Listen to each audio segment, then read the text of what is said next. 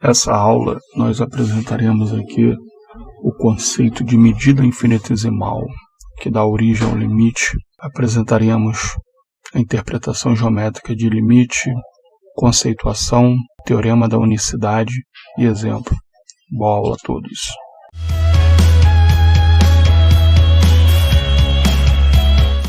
Para começar o estudo do cálculo diferencial integral, nós primeiro vamos dar uma olhada, observar uma medida que nós chamamos de medida infinitesimal. É uma medida que ela levou milhares de anos para ser tratada de uma forma matemática mais coerente, mais correta. Então, nós podemos, por exemplo, ir para a Grécia Antiga, onde tinha-se uma dificuldade grande de tratar dessas questões infinitesimais. Você pega aí, por exemplo, os pitagóricos. Os pitagóricos tinham uma questão complicada. Eles acreditavam que os números eles simplesmente eram escritos somente da forma racional, ou seja, apenas existiam números que poderiam ser escritos em forma de fração. Então, quando um dos pitagóricos, por exemplo, conseguiu calcular a diagonal do quadrado de lado 1 e chegou à conclusão que essa diagonal ela não era um número racional, ou diz a lenda, ele foi morto, jogado num poço, foi assassinado para não poder divulgar tal informação.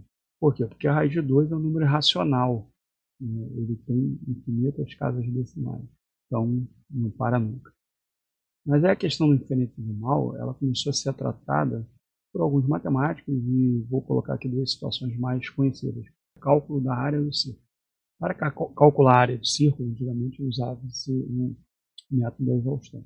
O método da exaustão, ele fazia a inscrição de um polígono regular e o mesmo polígono circunscrito, e calculava a área dos dois e tirava a sua diferença. Essa diferença ela tinha que ir para zero, para que eu pudesse chegar à área do círculo. Então, quanto mais lados tivesse polígono, mais próximo de zero essa diferença estava, porque o polígono circunscrito ia se aproximar do polígono inscrito. Consegui obter aqui na internet script. Esse script aqui foi desenvolvido pela Giovanna Cássia. O link desse script vai estar na descrição do vídeo, todos os créditos aí para ela. Nesse script, nós observamos, por exemplo, aqui, eu tenho um triângulo inscrito nesse círculo. A área do círculo está aqui, já foi calculado, obviamente hoje a gente já conhece a forma, PR ao quadrado. E a área desse triângulo é 20,78, a área do círculo é 50,27. A diferença é muito grande. Então, se você aproximar aqui mais um lado, agora você tem um quadrado, em que a área do quadrado é 32, a do círculo é 50,27.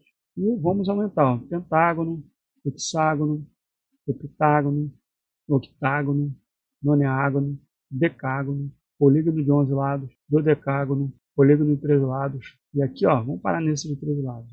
A área desse polígono já está em 48,33 e aqui está em 50,27. Então já está bem próximo, Como eu falei, aqui hoje nós conhecemos a área do círculo, a gente consegue comparar esse valor. Antigamente não se conhecia. Era feito que esse polígono inscrito e um circunscrito. E esse polígono circunscrito, ele ia aproximar a área do círculo para mais, Daria mais do que 50. E o inscrito para menos, como está aqui, 48,33. E fazendo essa diferença tinha que ir para zero. Tem que ser zero, Coisa que não quer acontecer, porque você pode ter polígono de quantos lados você quiser. Então aqui, com 14 lados, 15 lados, e aí você percebe que já está aumentando pouquíssimo essa área desse polígono. Agora chegou em 49 a área do polígono e vai aumentando o número de lados. Com 35 lados a área chegou a 50. E a área do círculo aqui é 50,27. Provavelmente, com o polígono circunscrito, essa área também estaria 50 pontos, por exemplo, 54. E aí você teria uma diferença. E aqui aumentando, ela vai chegando, agora ele começa a aumentar só aqui nas casas decimais. E colocando aqui na previsão que eu deixei de 50, fazendo a área do círculo, do polígono, nem parece mais um polígono aqui, né? Você vê todos os pontos aqui do polígono, ele está em 50.13. Eu posso aumentar isso aqui de tal maneira que vai estar sempre se aproximando da área do círculo, mas nunca vai ser a área do círculo. E aí que entra a questão da medida infinitesimal. Por quê? Eu sei que a área do polígono se aproxima da área do círculo, mas nunca vai ser a área do círculo. Isso é uma medida infinitesimal, ela vai estar sempre tendendo àquele limite. E aí vem a ideia de limite. Mas nunca vai ser o limite. Mais de 2000 anos depois, né? Ou quase 2000 anos depois, esse conceito de limite, de cálculo diferencial integral, ele acabou sendo formalizado por Isaac Newton. Ele trabalhou em cima do cálculo diferencial integral também, porém não divulgou seu trabalho, e Leibniz, de forma independente, um matemático alemão, ele também formalizou essa ideia do cálculo diferencial integral e deu grandes contribuições para a área da matemática. Então, os dois grandes nomes que mudaram a história da ciência praticamente, porque com o advento do cálculo diferencial integral, você passa a ter modelos matemáticos que representam fluxo, taxas de variações instantâneas e muitas outras equações, né, para muitos outros fenômenos. Então, eles deram essa grande contribuição de uma coisa que já vinha amadurecendo por 2000 ou mais anos. Eles conseguiram medir o infinitesimal por meio do que um assunto que a gente vai começar a abordar, que é o limite. Então, a área do polígono, ele tende, né? Mas, por exemplo, se você colocar aqui, ó, limite da área do polígono de n lados, quando se n lados tende ao infinito, né? Isso aqui vai ser exatamente a área do círculo. Olha só que interessante. Nós introduzimos um novo conceito, que é o conceito de limite. E esse conceito de limite, então, você passa a ter uma medida exata. Você está medindo o infinitesimal. A gente sabe que essa área do polígono de n lados nunca vai ser a área do círculo, mas quando n tende ao infinito, essa área do polígono de n lados vai ser exatamente a área do círculo.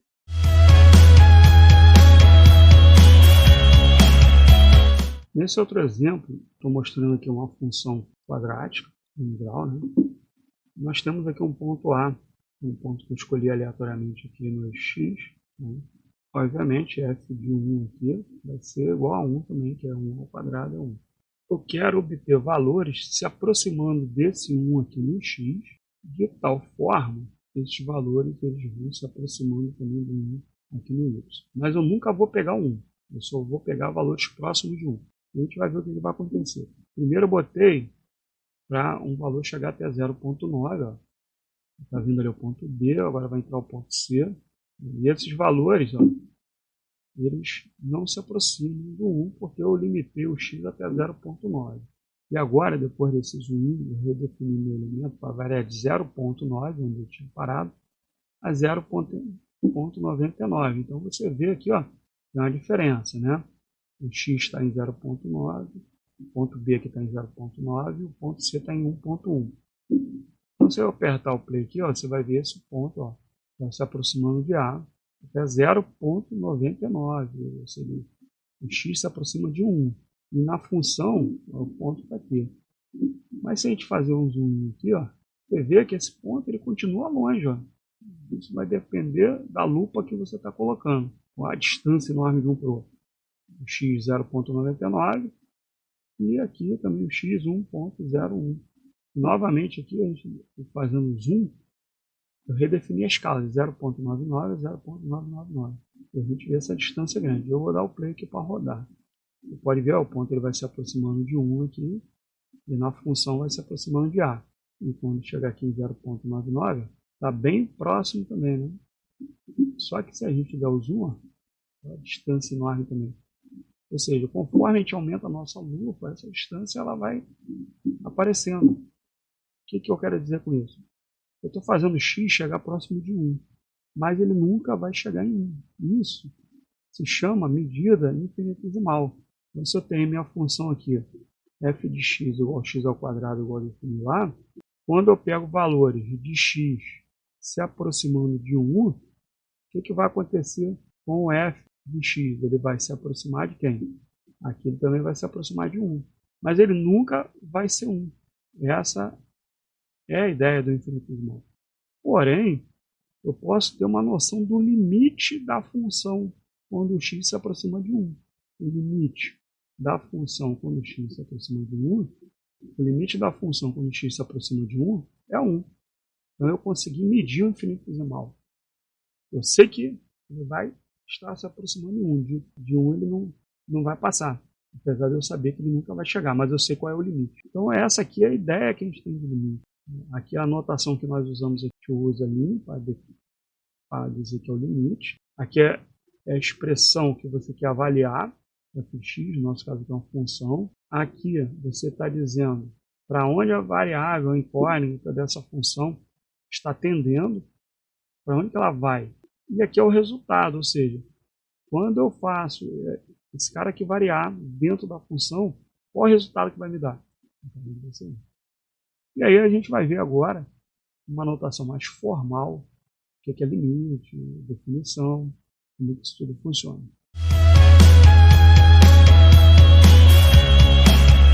Vamos começar agora falando da definição formal de limite. Nós vamos considerar aqui essa função f de x igual a 2x mais 1, e vamos considerar o limite quando x se aproxima de 2, ou seja, quando x tende a 2. Nós dizemos que esse limite é igual a 5, por quê? Notem aqui que à medida que o x vai se aproximando do número 2, a sua imagem vai se aproximando do 5. Então, quanto mais próximo do 2 o x está, mais próximo do 5 o f de x está, a imagem desse 2 está. Analisando o gráfico, observando a ilustração gráfica aqui, nossa f de x é essa reta vermelha, aqui seria o nosso ponto A, ou seja, o ponto 2, que é esse pontinho aqui que está representando o nosso A da definição. E aí, notem o seguinte, que à medida que eu aproximo o x do A, essa f de x ela vai se aproximar do L. Então, o que a definição diz e o que a gente vai mostrar aqui é o seguinte, é que tomando um delta suficientemente pequeno, eu consigo fazer a f de x tão próxima da L quanto eu quiser. Então, a definição formal fica escrita da seguinte forma. O limite da função f de x quando x tende a é igual a L, se e somente se, dado um epsilon maior que zero, então epsilon é um número real, existe um delta maior que zero, ou seja, um outro número real maior que zero, de modo que o módulo de x menos a menor que delta implica que o módulo de f de x menos L é menor do que epsilon. Ou seja, a distância entre x e a ser menor do que delta vai implicar que a distância entre f de x e L seja menor do que epsilon. Tá? Ou seja, essa distância aqui, a f de x está aqui, ó, nosso L está aqui, que é o nosso limite. Então, quando eu pego um delta aqui, um delta próximo, pequeno, tá? Quando eu pego um delta pequeno, o x ele fica próximo de A. Então, quanto mais próximo de A o x estiver, mais próximo da L, a f de x vai estar. Tá? E como que isso vai funcionar em exercício? Vamos ver alguns exemplos. Então, para ilustrar a definição formal de limite, vamos considerar esse gráfico, que é o gráfico de uma parábola, tá? f de x igual a x ao quadrado. Vamos fixar um pontinho aqui, ó, o ponto A. Observe que a abscissa x igual a 1, tá? Esse pontinho aqui a gente vai considerar como sendo x igual a 1. E vamos observar que à medida que o x se aproxima do 1, tanto pela direita quanto pela esquerda, a sua imagem, ó, também vai se aproximando do 1. Tá? Isso quer dizer que o limite dessa função, quando x se aproxima de 1, o limite dessa função, quando x se aproxima de 1, é 1. Está vendo aqui? Ó? Vai se aproximando do 1, o y se aproxima do 1 à medida que o x se aproxima do 1. Ou seja, eu consigo tornar a minha imagem tão próxima desse número aqui, ó, 1, tanto quanto eu aproximar o x do 1. Ou seja, quanto menor for essa diferença entre o x e o 1, o meu delta, no caso, quanto menor for essa diferença, mais próximo o y vai estar do 1. Ou seja, eu vou conseguir um epsilon ainda menor. Né? Ou seja, dado um epsilon, isso significa que, dado um epsilon maior que zero, qualquer que seja esse epsilon, por menor que seja, eu consigo um delta aqui pequeno, de modo que essa diferença entre a f de x e 1 vai ser menor do que o epsilon, qualquer que seja esse epsilon. Basta para isso eu tomar um delta muito próximo do x, conforme a gente pode notar aqui na ilustração. À medida que ele vai se aproximando do 1, o x se aproxima do 1, ou seja, o delta vai ficando pequeno, o meu y, a minha f de x, que é o y, se aproxima do 1 também.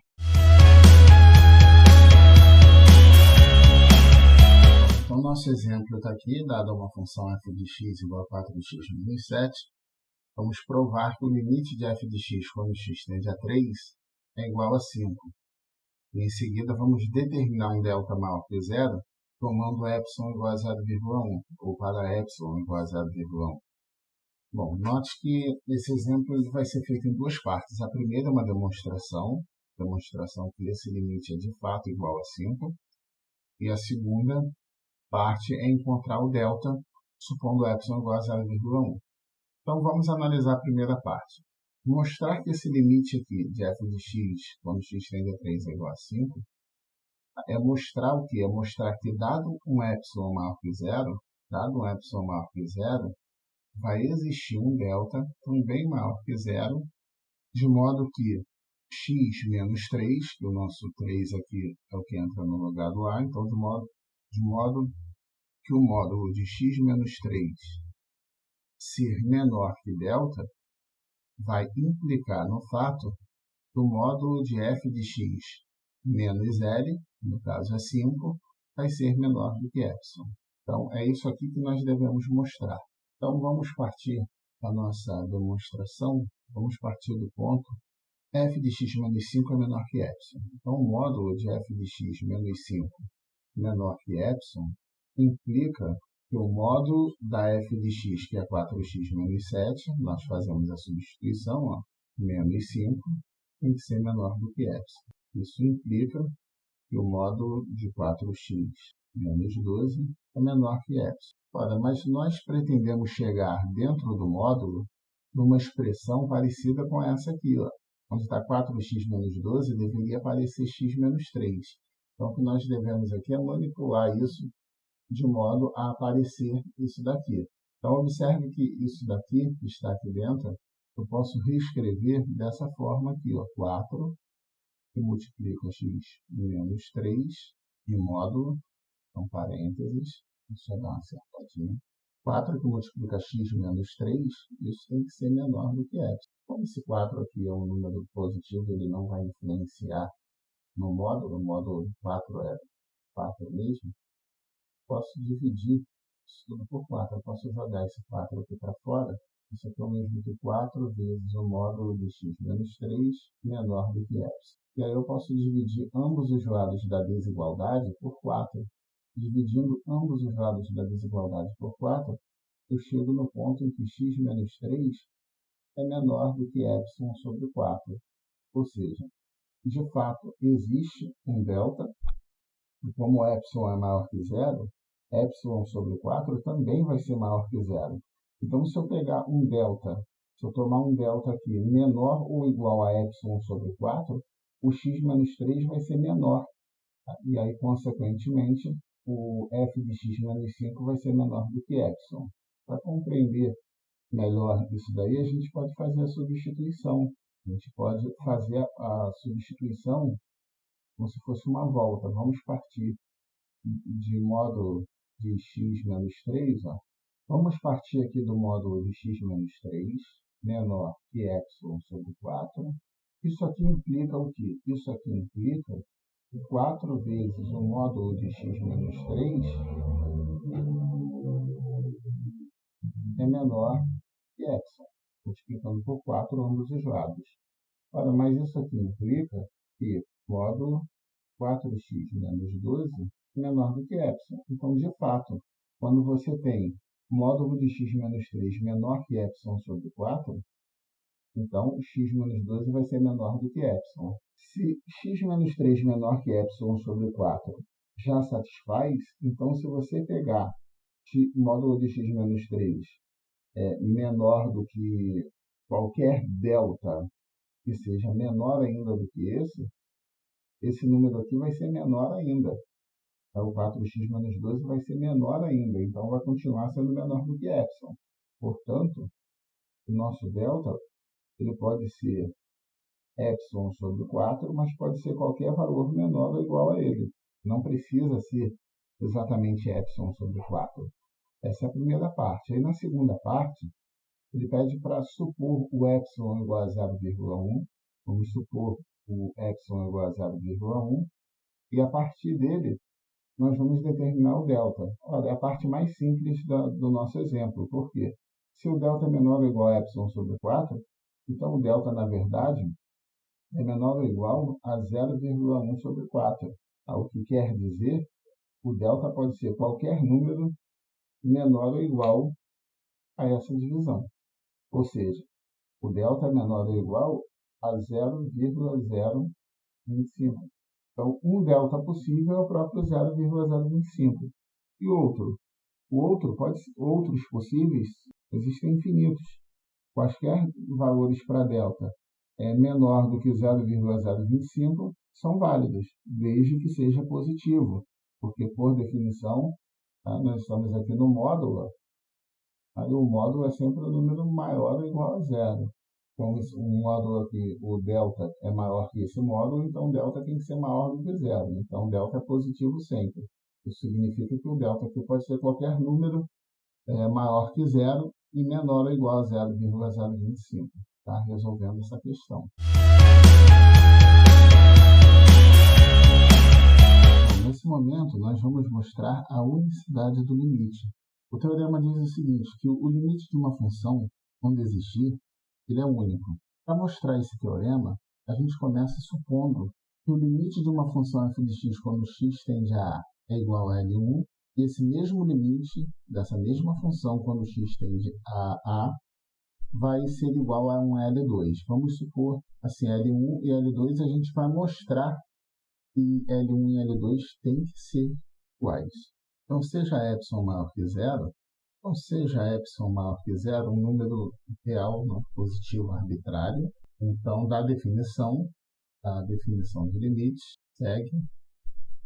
Existem θ1, θ2 reais positivos, de modo que o módulo de x menos a menor que θ1, Δ1, vai implicar que o módulo de f de x menos L1 é menor que epsilon. Como esse epsilon é um epsilon arbitrário, nós vamos considerar esse epsilon como sendo o epsilon sobre 2, tá? Esse epsilon aqui é um epsilon sobre 2. Se vale para epsilon, vale para epsilon sobre 2. Isso vai facilitar a demonstração. Então, observe que aqui eu utilizei a primeira suposição do limite, sendo L1. Agora nós vamos utilizar, de modo análogo, essa segunda aqui, a segunda suposição. E módulo de x menos a menor que Δ2 vai implicar que o módulo da f de x menos L2 tem que ser menor que o epsilon também. No caso, epsilon sobre 2, que é um caso particular. Por outro lado, podemos dizer que o módulo de L1 menos L2 é igual ao módulo de L1 menos f de x mais f de x menos L2. O que nós fizemos aqui foi somar ao L1 menos L2 o fator zero.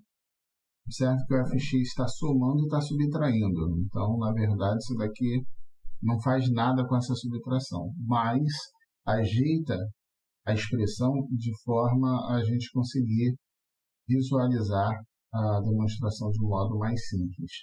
Então, aqui eu posso escrever isso aqui em duas formas, isso daqui somado a isso daqui. Isso é o mesmo que menos L1 mais f de x, somado com f de x menos L2. Nós temos aqui um número, eu não sei se isso aqui é positivo ou negativo, depende do L1 e do L2. Temos aqui um outro e uma soma deles, que é o simétrico desse adicionado a esse daqui. Então, isso daqui é obviamente menor ou igual ao módulo de f de x menos L1 mais o módulo de f de x menos L2. Então, daqui eu tenho que isso daqui, na verdade, f de x menos L1, ele é menor do que o epsilon sobre 2. O f de x menos L2, ele é menor que o epsilon sobre 2. Então, isso daqui vai ser estritamente menor que epsilon sobre 2 mais epsilon sobre 2. É igual a epsilon, isso aqui. Bom, daí, o que nós temos? L1 menos L2 é menor que epsilon sobre 2 mais epsilon sobre 2. Então, o módulo de L1 menos L2 é menor que epsilon, qualquer que seja o epsilon maior que zero. Como isso é válido para qualquer epsilon muito perto de zero, isso aqui será válido somente se L1 menos L2 for zero, porque eu posso aproximar o epsilon de zero tanto quanto eu quiser. Então, portanto, L1 menos L2 tem que ser igual a zero, de onde nós temos L1 igual a L2. Então, nós supomos inicialmente que esse limite aqui era um L1 e supomos que esse limite aqui era um L2. E aí nós concluímos que se isso acontece, então o L1 tem que ser igual a L2. Essa é a demonstração do teorema da unicidade do limite, que é o que nós queríamos mostrar nessa parte da aula.